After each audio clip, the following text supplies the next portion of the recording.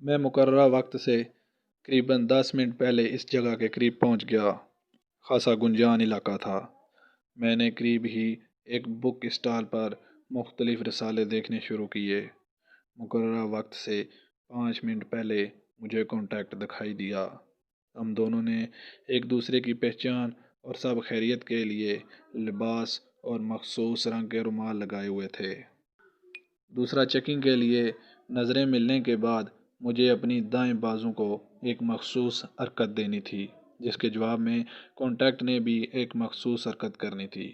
دونوں طرف سے مثبت حرکات کا مطلب سب اچھا تھا، اور کسی خطرے کی صورت میں رومالوں کو ہاتھ میں پکڑنے اور دوسری قسم کی جسمانی حرکت تھی۔ میں ان طریقوں کی وضاحت اس لیے نہیں کروں گا کہ بہت ممکن ہے اب بھی یہی طریقے رائج ہوں۔ اور تو آپ نے یہ سنا ہی ہوگا، دیواروں کے بھی کان ہوتے ہیں۔ میں نے ایک رسالہ خریدا اور واپس چل پڑا۔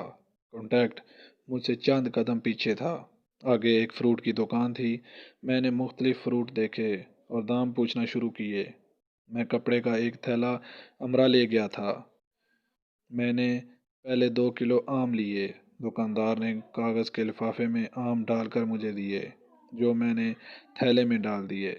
قارئین کو میں یہ بتانا چاہتا ہوں کہ ان دنوں پلاسٹک کے شاپرز نہیں ہوتے تھے، اس لیے زیادہ تر خریداری کپڑے کے تھیلے میں یا کاغذ کے لفافے میں کی جاتی تھی۔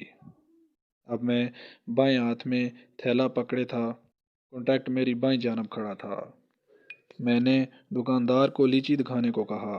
جو ہی دکاندار لیچی اٹھانے کو واپس گھوما، کانٹیکٹ نے ایک پیکٹ انتہائی تیزی اور پھرتی سے میرے تھیلے میں ڈال دیا، اور میں نے کچھ لیچی لی اور دام دے کر واپس چل پڑا۔ کانٹیکٹ نے بھی میرے جانے کے بعد یقیناً کچھ فروٹ ضرور خریدا ہوگا۔ قریب ہی سے میں ایک ٹیمپو میں سوار ہو گیا، اور کچھ دور جانے کے بعد ٹیمپو چھوڑا اور بس پکڑ لی۔ پھر بس چھوڑی اور دوبارہ ٹیمپو میں بیٹھ گیا، اور اپنی رہائش تک پہنچتے پہنچتے میں نے قریباً 3 گنا زیادہ سفر کیا، اس لیے کہ اگر میری سرویلنس ہو رہی ہو تو میں اسے جھٹک سکوں۔ ہوٹل پہنچ کر میں نے دروازہ اچھی طرح سے بند کر لیا اور پیکٹ کھولا۔ پیکٹ میں 8 ورق تھے، جن کی ایک طرف ہندی میں لکھا ہوا تھا اور 10,000 بھارتی روپے تھے۔ میں نے موم بتی جلائی اور صفحات کے سادہ اطراف کو موم بتی سے گرمی پہنچائی۔ آہستہ آہستہ نارنجی رنگ کے حروف ابھرنے شروع ہوئے، اور 15 منٹ تک سارے صفحات کی خفیہ روشنائی سے لکھی عبارت نمایاں ہو گئی۔ یہ 8 ورق ہم پانچوں کے لیے تھے۔ خیریت سے بارڈر کراس کرنے اور دلی پہنچنے کی مبارکباد دی گئی تھی۔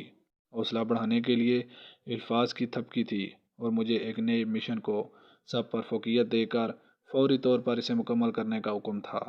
ڈاک ملنے کی رسید، حالات کا سرسری جائزہ اور اب تک کے کام کو لکھنے کی ہدایت تھی۔ میں نے جواب لکھنے کے لیے پہلے سے تیار کردہ خفیہ روشنائی سے 2 صفحات لکھے، اور ورقوں کی دوسری جانب انگلش نظموں کے کچھ حصے لکھے۔ خفیہ روشنائی اب کوئی بعید نہیں۔ آج کل تو مائکرو فلمز کے ذریعے کامن پن کے سرے جتنی جگہ میں 40 سے زیادہ صفحات منتقل کیے جا سکتے ہیں۔ ہم جو خفیہ روشنائی استعمال کرتے تھے وہ پیاز، لہسن یا لیموں کا پانی ہوتا تھا۔ اسے کاغذ پر لکھا جائے تو سوکھنے کے بعد کاغذ پر کوئی نشان نہیں رہتا، اور جب اسی کاغذ کو گرمی پہنچائی جائے تو لکھے ہوئے الفاظ نمایاں ہو جاتے ہیں۔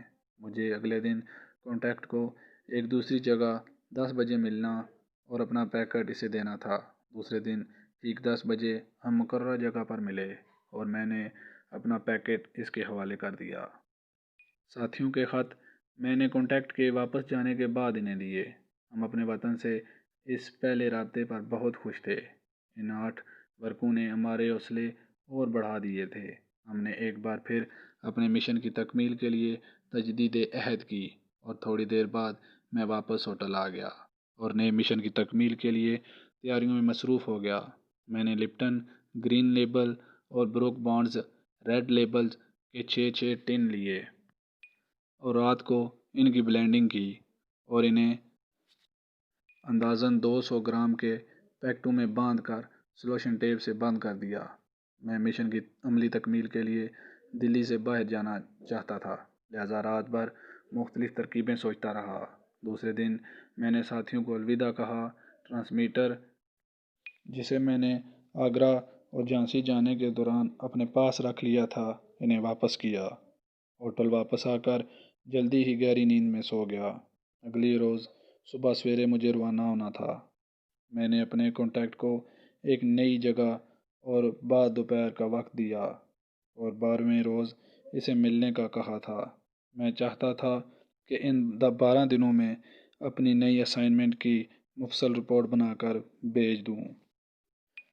اپنی غیر موجودگی میں نے ٹرانسمیٹر والے ساتھی کو اپنا سیکنڈ ان کمانڈ مقرر کیا تھا۔ یہ چاروں چونکہ پہلے مختلف ہوٹلوں میں ٹھہرے ہوئے تھے اور پھر میں نے انہیں کارونیشن ہوٹل میں منتقل کیا تھا، اس لیے انہیں میں نے ہوٹل کے باہر ایک دوسرے سے رابطہ کرنے کی اجازت دے دی۔ دلی میں چند روز قیام کے دوران ہی میں محسوس کر چکا تھا کہ وہاں سیکیورٹی زیادہ ٹائٹ نہیں تھی۔ وہاں بھارت کے ہر علاقے کے لوگ رہتے ہیں جن سے انہیں خطرہ ہو سکتا تھا، انہیں وہ شکست دے کر تقریباً مردہ سمجھ بیٹھے تھے۔ مختصراً یہ عرض کروں گا کہ میں نے حالات کو دیکھتے ہوئے ہدایات کے خلاف کچھ تبدیلیاں کی تھیں۔ یہ تبدیلیاں محض رہائش، بارڈر کے گارڈز کو واپس بھیجنے اور دلی پہنچنے کے لیے طے شدہ راستے کی بجائے مختلف راستہ اختیار کرنے تک تھیں، کیونکہ بارڈر کراس کرنے کے بعد مشن کی کامیابی اور ساتھیوں کا تحفظ میری ذمہ داری تھی۔ مجھے احمد نگر جانا تھا۔ پاکستان میں بریفنگ کے دوران بھی بتایا گیا تھا کہ احمد نگر بھارتی آرمڈ یعنی ٹینکوں کے ٹریننگ کا مرکز ہے۔ اس ٹریننگ سینٹر میں آرمڈ کور کے جوانوں کو نہ صرف پہلے سے موجود ٹینکوں اور ان کی گنوں کے چلانے کی مشق کرائی جاتی ہے، بلکہ روس سے درآمد شدہ ٹی سیریز کے نئے ٹینکوں کی ٹریننگ بھی دی جاتی ہے۔ چھتوں پر یا شادیوں میں ہوائی فائرنگ کرنے والے ماہر نشاندہی اور ماہر اسلحہ ہرگز نہیں ہو سکتے۔ دوران جنگ سامنے سے آتی ہوئی ہزاروں لاکھوں گولیوں، بموں، گرد و غبار، دھوئیں، رات دن کی تمیز کیے بغیر پانی، کیچڑ اور بارش میں اسلحے کا ٹھیک ٹھیک استعمال اور نشانہ لگانا، اسلحہ کھولنا، صاف کرنا اور پھر جوڑ کے ٹھیک ٹھیک نشانہ لگانے والا ہی ماہر کہلا سکتا ہے۔ اس حقیقت کو ماننے سے میں کبھی انکار نہیں کروں گا۔ بھارتی فوج اگر تربیت میں ہم سے بہتر نہیں تو کم تر بھی نہیں ہے۔ میرا مشن یہ تھا کہ ہم احمد نگر کے ٹریننگ سینٹر میں جا کر نئے درآمدی ٹینکوں کے متعلق مکمل معلومات حاصل کریں کہ کون کون سی رجمنٹ یہاں کن ٹینکوں پر ٹریننگ حاصل کر رہی ہے۔ اس کے علاوہ یہ بھی معلوم کروں کہ ٹریننگ مکمل کرنے کے بعد یہ رجمنٹس کہاں جائیں گی اور کن انفینٹری ڈویژنوں کے ساتھ ان کو شامل کیا جائے گا۔ مجھے پوری طرح سے احساس تھا کہ یہ معلومات پاکستان کے لیے بہت اہم ہیں۔ بھارت کے پاس ملکی ساختہ وجنید ٹینک بھی تھے جو بہت وزنی اور نقل و حرکت میں سست تھے۔ 65 میں بھارتی commander in chief general Chaudhary کو ان ٹینکوں پر بہت غرور تھا۔ انہیں سیاہ ہاتھی کا نام دیا گیا تھا۔ دنیا میں یہ پہاڑ جیسا ٹینک پاکستانی آر بزوکا اور ہوائی جہازوں کے لیے سٹنگ ڈک یعنی کہ بیٹھی ہوئی بطخ ثابت ہوا۔ بھارت کے پاس ان کے علاوہ فرانسیسی ساختہ AMX-13 روسی PT-76 اور وہ روسی ٹی سیریز کے ٹینک تھے، اور 71 کی جنگ کے فوری بعد روس نے بھارت کو ٹی سیریز کے بہتر کوالٹی اور کارکردگی کے ٹینک بھی دیے تھے، جبکہ ہمارے پاس پرانے امریکی شرمن P-10 اور M سیریز کے ٹینک تھے۔ ٹریننگ کے بعد ان ٹینکوں کی ریجمنٹس کو اندو پاک بارڈرز پر تعینات کیا جانا تھا۔ پاکستان کے لیے ان ٹینکوں کی کارکردگی اور ان کی ڈپلائمنٹ پوزیشن سے آگاہی بہت ضروری تھی۔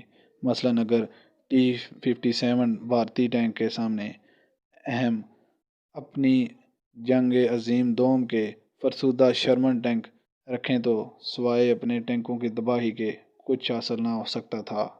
T-57 کے سامنے پاکستان کو امریکہ سے ملے ایم سیریز کے نئے ٹینک اور P10 ٹینک لانے تھے۔ اسی وجہ سے مجھے یہ اہم مشن سونپا گیا تھا۔ احمد نگر ممبئی سے تقریباً 500 کلومیٹر پہلے گودواری دریا کے قریب بالکل الگ تھلگ جگہ پر واقع ہے۔ اس کے گرد و نواح میں بھی کوئی بڑی صنعت یا بڑا شہر نہیں ہے۔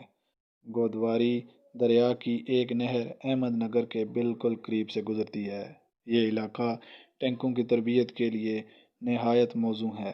یہاں اونچے نیچے ٹیلوں، ریت، کیچڑ اور پانی کی موجودگی سے ٹینکوں کی ہر طرح کی تربیت دی جا سکتی ہے۔ قریب 20-22 گھنٹے سفر کے بعد میں احمد نگر پہنچا اور ایک ٹھیک ٹھاک ہوٹل کمرے میں لے آیا۔ میرا اہم مسئلہ ان ممنوعہ حدود میں داخل ہونا تھا جہاں بریگیڈ ہیڈ کوارٹر اور ڈویژن ہیڈ کوارٹرز تھے۔ ٹریننگ کے علاقے میں داخل ہونا اول تو فضول تھا اور دوسرے تقریباً ناممکن تھا۔ بریگیڈ ہیڈ کوارٹر اور پھر اس کے توسط سے ڈویژن ہیڈ کوارٹرز میں پہنچنے کے لیے میں نے اپنی بلینڈڈ چائے کا سہارا لیا۔ ان دونوں جگہوں پر 21C اور ایڈیوز تک پہنچ گیا اور لنگر کے لیے اپنی چائے پیش کی۔ میں نے انہیں اپنا ممبئی کا نیو ناگ پاڑے کا ایڈریس کارڈ دکھایا اور احمد نگر میں ہوٹل میں رہائش کا بھی بتا دیا۔ مجھے یقین تھا کہ میری چائے کی کوالٹی اور قیمت ان کے لیے باعث کشش ہوگی۔ دونوں ہیڈ کوارٹرز میں جاتے ہوئے میں نے ڈویژن اور ریجمنٹل نشانوں سے ان کی شناخت کی۔ وہ سب تقریباً ایک ہی ڈویژن کے بریگیڈ اور ریجمنٹس کے تھے اور مجھے تلاش تھی ٹریننگ لینے والوں کی۔